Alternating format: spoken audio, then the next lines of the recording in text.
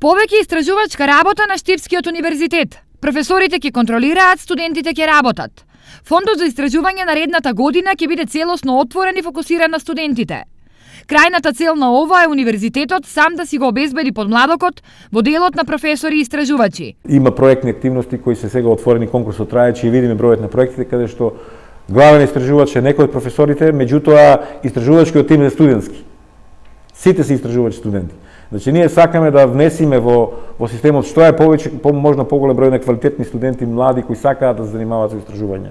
Токму студентите и младите кадри ќе бидат она на што УГД ќе работи и ќе се концентрира во новата академска година. Годината која доаѓа ќе биде насочена во поглед на тоа да се направат крајни напори во поглед на внесувањето на поголема количина на млади во универзитетот. Реков, по мене мој таргет би бил по еден соработник на секој професор за да рапидно исчекориме во делот на квалитетот.